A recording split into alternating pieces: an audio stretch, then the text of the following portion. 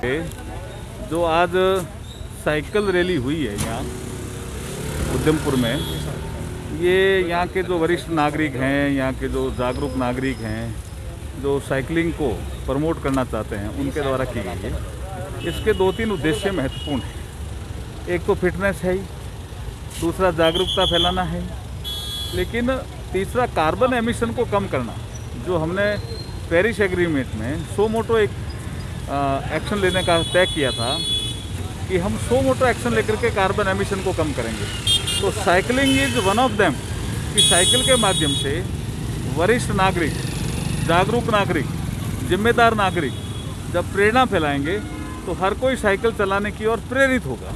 इससे carbon emission कम होगा और पर्यावरण का संतुलन बना रहेगा। इसके लिए मैं उद्यमपुर के नागरिकों ने, जिसने भी ये बीड़ा उठाया, उनको बहुत बहुत बधाई और शुभकामनाएं देता हूं।